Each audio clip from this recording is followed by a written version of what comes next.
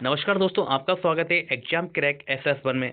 अगर आप RRB, NTPC या ग्रुप डी की तैयारी कर रहे हो तो ये वीडियो आपके लिए बहुत ही महत्वपूर्ण होने वाली है, क्योंकि इस वीडियो में आपको बताऊँ मैथ के इंपॉर्टेंट क्वेश्चन जो कि रेलवे की परीक्षा में बार पूछाते हैं। जिस तरह क्वेश्चन इस पार्ट में दिए गए उसी तरह क्वेश्चन आपके एग्जाम में भी आएंगे। ये पार्ट नंबर 34 है। और इससे पहले वाला पार्ट आपने नहीं देखे हैं तो हमारे चैनल की प्लेलिस्ट में जाकर जरूर देखें, क्योंकि सारे पार्ट बहुत ही इंपॉर्टेंट हैं। अगर आपकी मैथ कमजोर है या फिर आप अपनी मैथ को बहुत अच्छा करना चाहते हैं तो ये वीडियो आपके लिए बहुत ही हेल्पफुल होगी। तो चलिए शुरू करते हैं आज की क्लास। आज है क्वेश्चन नंबर हमारा पहला। इस क्वेश्चन में हमसे कह रहा है कि यदि ये संख्या दी गई है, आपको ये संख्या दी गई है तो कह रहा है प्रत्येक विषम अंक में 3 जोड़ा जाता है और जो प्रत्येक सम अंक में 1 घटाया जाता है, तो इस प्रकार बनी संख्या के सबसे बड़े और सबसे छोटे अंकों का अंतर क्या होगा। तो आपको बताना है कि ये सबसे बड़ा अंक और सबसे छोटे अंक का अंतर बताना है। तो देखिए विषम अंक होगा, उसमें क्या जोड़ना है, 3 जोड़ना है। तो विषम देखिए सबसे बड़ा अंक कौन सा है, यहाँ है 5 है सबसे बड़ा। तो हम 5 में 3 जोड़ेंगे, और हम 5 में 3 जोड़ेंगे तो ये संख्या बन जाएगी हमारी 8 बनेगी। फिर अब क्या कह रहा है, अब देखना है सम संख्या। सम सबसे छोटी संख्या कौन सी है, ये 2 है। और कह रहा है कि सम संख्या में से 1 घटाया जाता है, तो सबसे छोटी संख्या क्या है, 2 है। और 2 में से हम -1 करेंगे तो ये आ जाएगा 1। तो देखिए सबसे बड़ी संख्या हमारे पास में हो गई 8 और सबसे छोटी संख्या हो गई 1। और हम इनके बीच का जो अंतर निकालेंगे, अंतर लेंगे इनके बीच का 8 का और 1 के बीच का अंतर, तो अंतर आएगा 7 का। 7 का अंतर आएगा, यानी कि यही हमारा आंसर हो जाएगा। ऑप्शन नंबर बी हमारा राइट आंसर हो जाएगा 7। Question number 2। इस क्वेश्चन आपसे कह रहा है कि अंक 2 3 4 0 5 से बनी 5 अंकों की सबसे छोटी संख्या ज्ञात कीजिए। अंकों की सबसे छोटी संख्या बताना है। तो देख, अगर मैं आपको सामने मैंने यहाँ लिख दिया, सामने यहाँ लिख दिया 2 और यहाँ कर दिया 5, तो मैं आपसे कहूँगी सबसे छोटी संख्या इसमें कौन सी होगी, तो आप कहेंगे कि सबसे छोटी संख्या 2 होगी। अगर भैया अब मैं 5 को यहाँ कर दूं और 2 को यहाँ कर दूं, तो अब मैं आपसे पूछूं सबसे छोटी संख्या कौन सी होगी, तो आप कहेंगे 2 ही होगी। तो देखिए इस तरह से क्वेश्चन को करना है, ठीक है। आप सबसे पहले क्वेश्चन की लैंग्वेज पढ़ो कि क्वेश्चन क्या कह रहा है, ठीक है। जब आप उसकी लैंग्वेज समझेंगे कि क्वेश्चन क्या कह रहा है, तो आप क्वेश्चन को बहुत आसानी से कर लेंगे। तो कह रहा है कि 5 अंकों की सबसे छोटी संख्या, तो देखिए सबसे छोटा अंक देखने पर क्या है, 2 है, तो 2 लिखेंगे हम। अगर देखिए आपको दोबारा समझा दो, अगर देखिए हमने पहले 0 लिख दिया, अगर हमने 0 लिख दिया फिर संख्या लिखी, तो हम देखिए तो क्या होगा, 0 तो पढ़ा ही नहीं जाएगा पहले, तो 0 का कोई मतलब ही नहीं होता। किसी संख्या के पहले 0 आ जाए तो उसका कोई मतलब नहीं होता, यानी कि वह उसी काउंटिंग में नहीं आएगा। तो इसलिए हम 0 पहले नहीं लिखेंगे। तो सबसे पहले लिखेंगे हम 2। अब उसके बाद लिखेंगे 0। अब क्या हुआ, हम क्रम शुरू कर देंगे। 2 के बाद में आता है 3 लिख दिया, फिर आता है 4, फिर 4 लिख देंगे और फिर आएगा 5, यानी कि ये हो गई 5 अंकों की सबसे छोटी संख्या। अब ये देखिए किस ऑप्शन में है,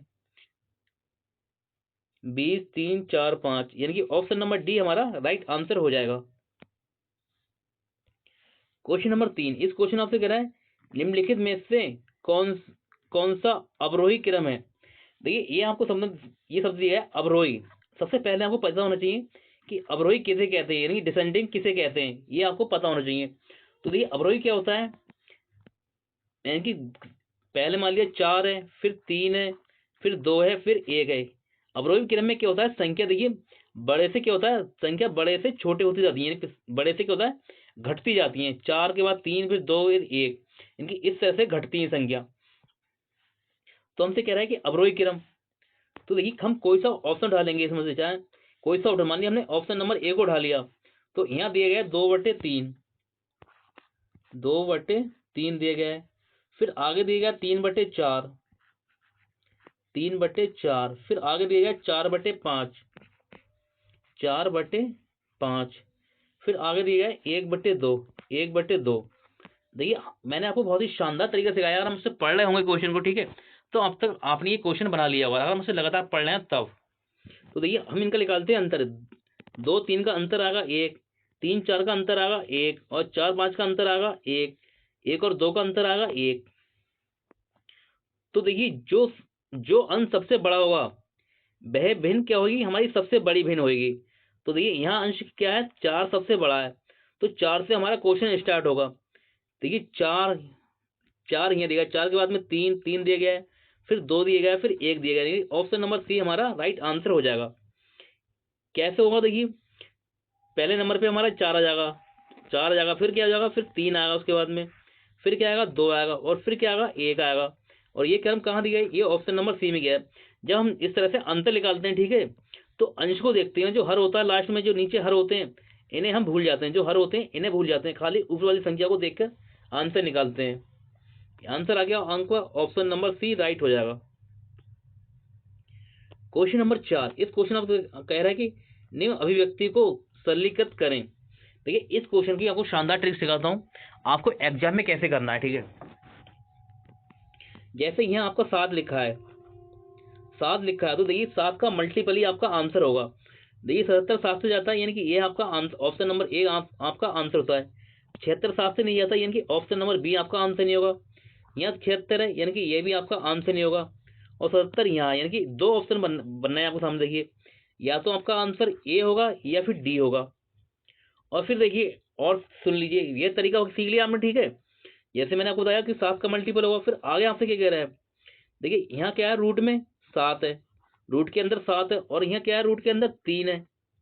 तो देखिए पहले हम 7 से चेक करेंगे, 7 से 48 जाता है, नहीं जाता। क्या 3 से 48 जाता है, जाता है 3 से 48।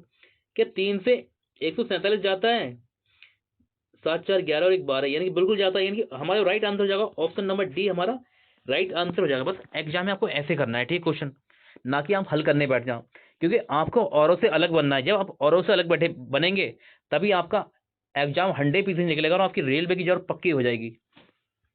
अगर देखिए अब आपको हल करना पड़े तो कैसे करेंगे हल, देखिए इसे तोड़ना, पहले यहाँ 48 रखा है, तो हमारा देखिए पहले देखें किस ऑप्शन से जा रहा है, 7 से नहीं जा रहा है, नहीं जा रहा है, तो 3 से तोड़ेंगे हम 3 से भाग देंगे तो 48 को, तो ये होता है 16 3 48, यानी कि 16 3 48 होता है।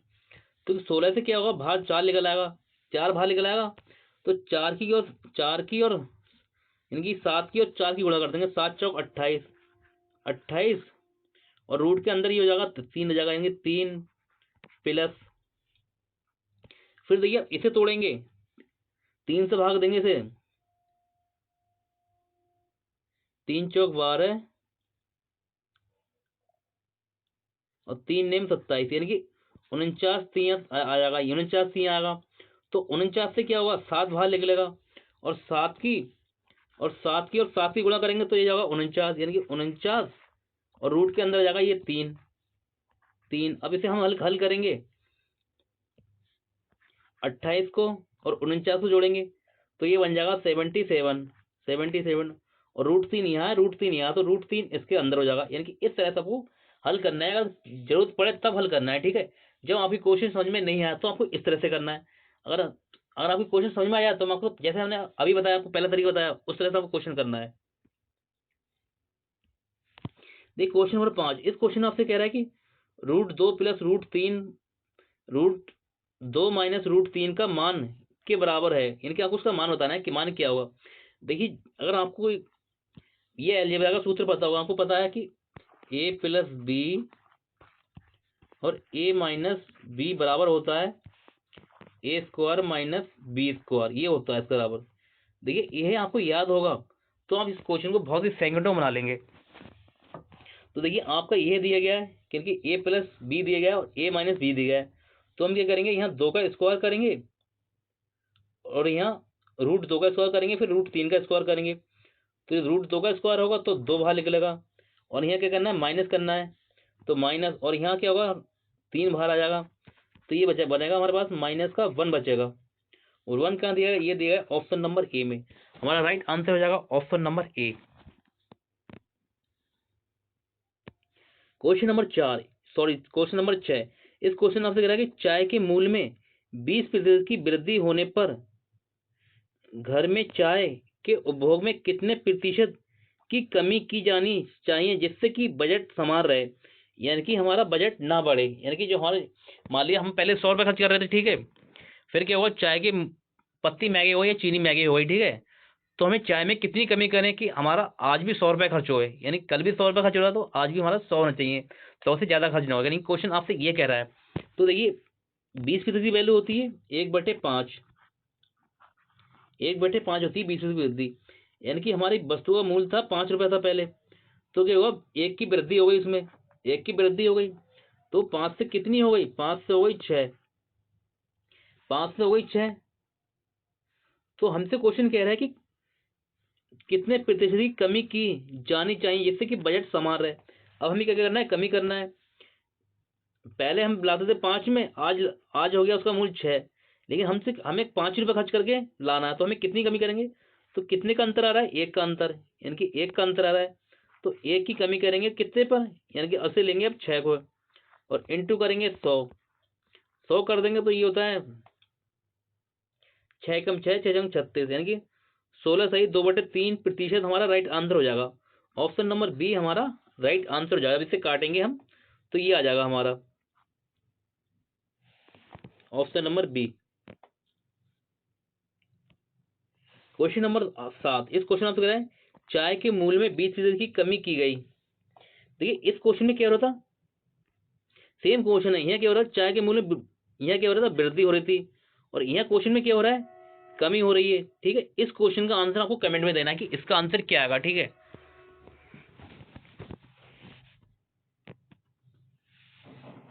क्वेश्चन नंबर 8, इस क्वेश्चन आपसे कह रहा है एक वस्तु 12.5% लाभ पर 2250 में बेची गई, लाभ की राशि क्या थी, यानी कि आपको बताना कि लाभ कितने का हुआ।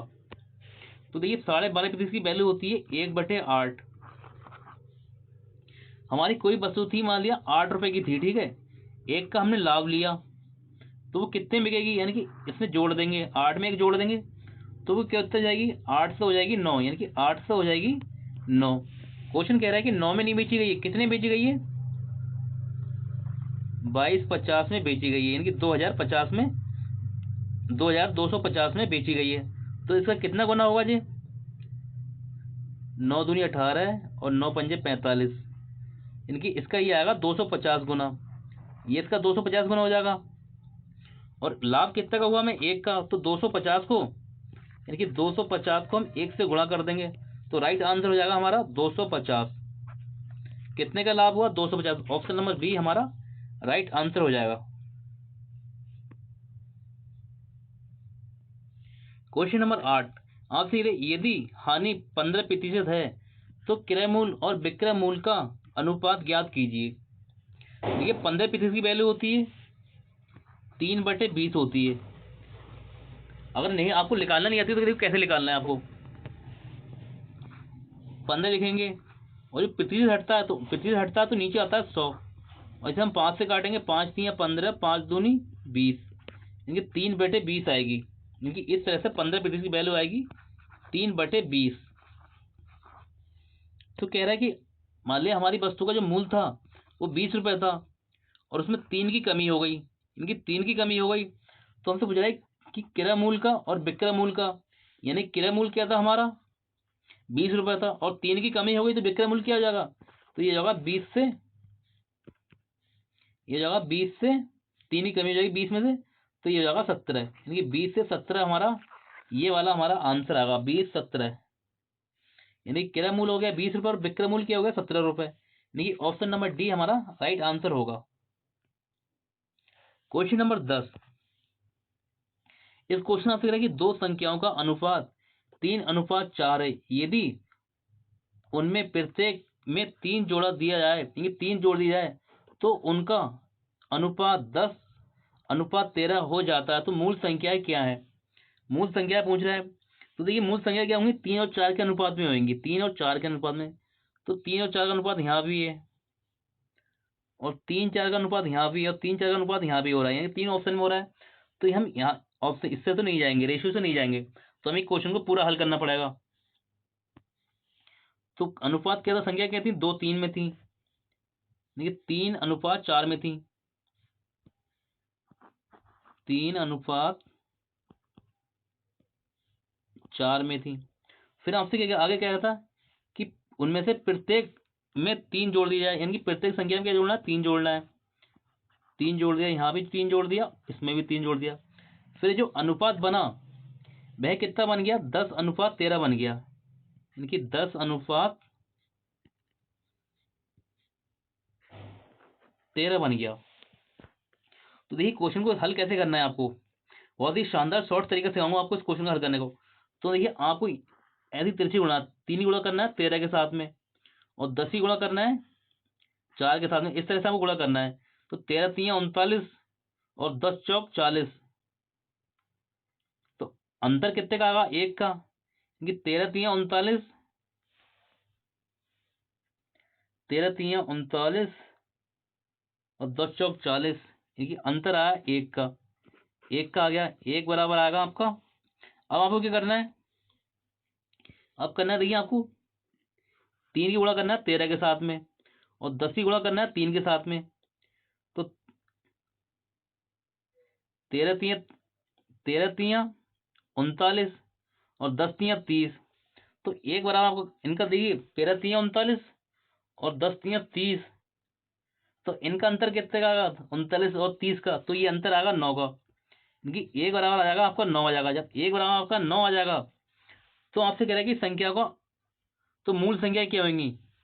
जब 1 बराबर 9 आ गया, 1 बराबर जब आपका 9 आ गया, तो अनुपात क्या था पहले हमारा, 3:4 था, यानी कि 3:4 था। 3 गुणा करेंगे तो 9 3 27, 27 और 9 चौक 36, यानी कि हमारी संख्या क्या होंगी, वो होंगी 27 36 होंगी, यानी कि ऑप्शन नंबर डी हमारा राइट आंसर हो जाएगा। देखिए मैं आपको क्वेश्चन बहुत ही शॉर्ट तरीके से सिखा रहा हूँ, जैसे कि आप एग्जाम में कम से कम सेकंड में क्वेश्चन बना सकें, और जो टफ क्वेश्चन होते हैं उनके लिए आप टाइम निकाल सकें, क्योंकि जब तक आप टफ क्वेश्चन को भी नहीं करेंगे, ठीक है, आपका एग्जाम निकालना बहुत मुश्किल पड़ेगा। जब देखिए हम हर क्वेश्चन से 5-10 सेकंड बचाएंगे, तो टफ क्वेश्चन में आप 3 से 4 मिनट भी दे देंगे, तब भी आपको कोई नुकसान नहीं होने वाला है, और आप मैथ में पूरे क्वेश्चन ला सकते हैं। बस आपको मेहनत करनी होगी, जैसा आपको मैं बता रहा हूँ उस ऐसा मेहनत करते रहो, आपके मैथ में गारंटी से पूरे नंबर आएंगे। क्वेश्चन नंबर 11, देखिए ये सेम क्वेश्चन है इसका, ठीक है, जैसे ये क्वेश्चन था, यहाँ क्या कह रहा है, प्रत्येक संख्या में 3 जोड़ा था, और यहाँ क्या हो रहा है, देखिए प्रत्येक संख्या में 6 जोड़ा जा रहा है। सेम क्वेश्चन है, इस क्वेश्चन का आंसर भी आपको कमेंट में देना कि इसका आंसर क्या आएगा। तो देखिए जब तक आप क्वेश्चन खुद से नहीं बनाएंगे, ठीक है, जब तक आप सीख नहीं पाएंगे अच्छी तरह से। तो इसका आंसर आपको देना है कमेंट में। क्वेश्चन नंबर 12, इस क्वेश्चन आपसे कह रहा है कि एक किसी कार्य को 40 दिन में करता है, और ए भी मिलकर इसी कार्य को 30 दिन में करते हैं, तो बी अकेले उसी कार्य को कितने दिन में पूरा कर सकता है। तो देखिए आपका जो ए है, ए कार्य को करता है 40 दिन में, ए करता है 40 दिन में, और ए भी दोनों मिलकर करते हैं कार्य को 30 दिन में। तो इनका एलसीएम लिया हमने, तो एलसीएम आया 120। जो हमारा एलसीएम होता है यही हमारा टोटल कार्य हो जाता है। तो 40 से भाग देंगे हम 120 में, तो ये जाएगा 3 बार में, और 30 से भाग देंगे 120 में, यानी कि 30 से भाग देंगे हम 120 में, तो ये जाएगा 4 बार। तो देखिए आपका जो अकेले एक दिन में कार्य करता है 3, और ए भी दोनों मिलकर एक दिन में करते हैं 4 कार्य। तो जब ए अकेले 3 कार्य कर रहा, तो एक कार्य कौन कर रहा होगा, यानी कि आपका एक कार्य कर रहा होगा, वो कर रहा होगा बी, एक कार्य कर रहा होगा बी। क्यों, ए भी दोनों मिलकर कर रहे हैं 4 कार्य, और ए अकेले कर रहा है 3 कार्य, तो बी कितना कर रहा होगा, वो बी कर रहा होगा 1 कार्य। तो आपसे कह रहा है बी अकेले उसी कार्य को कितने दिनों पूरा कर सकता है। तो टोटल कार्य कितना है हमारा 120 है, और 120 को हम 1 से भाग देंगे, तो ये राइट आंसर होगा हमारा, वो होगा 120 हमारा आंसर आ जाएगा, यानी ऑप्शन नंबर डी हमारा राइट आंसर हो जाएगा।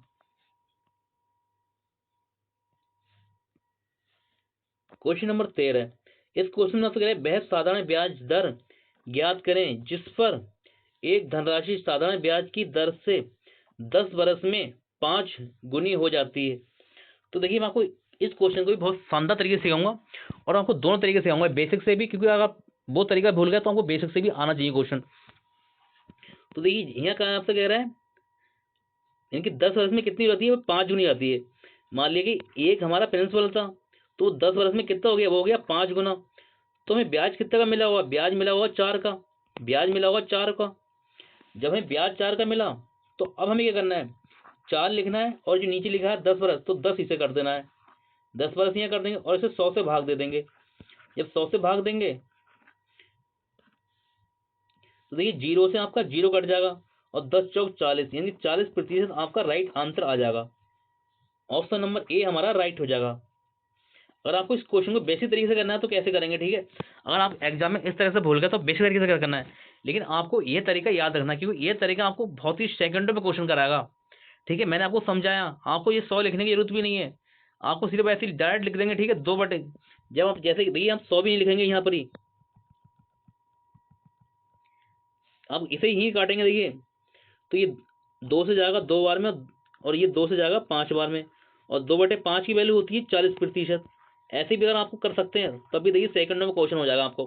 और इस क्वेश्चन को बेसिक तरीके से कैसे करेंगे आप देखिए, आपको पता है कि साधारण ब्याज बराबर होता है प्रिंसिपल दर और टाइम बटे 100। तो देखिए हमारी राशि कितनी हुई, 5 गुनी हो गई थी, यानी कि 1 थी और फिर 10 वर्ष में क्या हो गई, 5 गुनी हो गई। तो हमें ब्याज कितना का मिला होगा, 4 का मिला होगा। तो 4 का जब ब्याज मिला होगा तो कर लेते हैं क्वेश्चन को। 4 बराबर प्रिंसिपल कितना है हमारा, प्रिंसिपल हमने 1 माना है, 1 इंटू दर हमसे पूछ रहा है, और टाइम कितना दिया गया है, 10 वर्ष दिया गया है, और बटे नीचे 100 करेंगे। अब जो कटता है तो काट दीजिए, 0 से 0 चला जाएगा, और 1 की गुणा करेंगे 1 में तो 1 ही रहेगा, और ये इस 10 और यहाँ जाके गुणा हो जाएगा, ये 10 4 में गुणा हो जाएगा, तो आपका R बराबर आ जाएगा 40%, यानी कि इस तरह से आपका 40 आ जाएगा। यह क्वेश्चन को बेसिक तरीका करने का। क्वेश्चन नंबर 14, इस क्वेश्चन आपसे कह रहा है कि अनुपम और विनीत एक साथ खड़े होकर 2 किलोमीटर लंबे वृत्ताकार रेसिंग ट्रैक पर विपरीत दिशा में दौड़ना शुरू करते हैं। वे क्रमशः 9 किलोमीटर प्रति आवर और 11 किलोमीटर प्रति आवर की चाल से दौड़े वे कितने समय बाद ट्रैक पर मिलेंगे, यानी कि वो कितने बार क्या हो गया, वो विपरीत दिशा में बोल रहे हैं।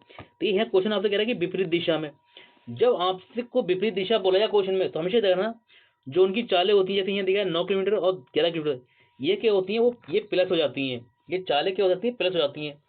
तो आपसे पूछ रहा है समय पूछ रहा है, जब समय पूछ रहा है तो आपको पता है समय बराबर होता है, समय बराबर आपका होता है दूरी बटे चाल, ये होता है आपका, ठीक है। अब कर लो क्वेश्चन को हल आप। तो आपका दूरी कितनी दी गई, वो दी गई 2 किलोमीटर, और समय कितना देगा आपको, सॉरी चाल कितनी दी गई 9 किलोमीटर और 11 किलोमीटर, क्या है विपरीत दिशा में, तो हम इन्हें जोड़ देंगे, तो 9 और 11 को जोड़ेंगे तो हो जाएगा 20।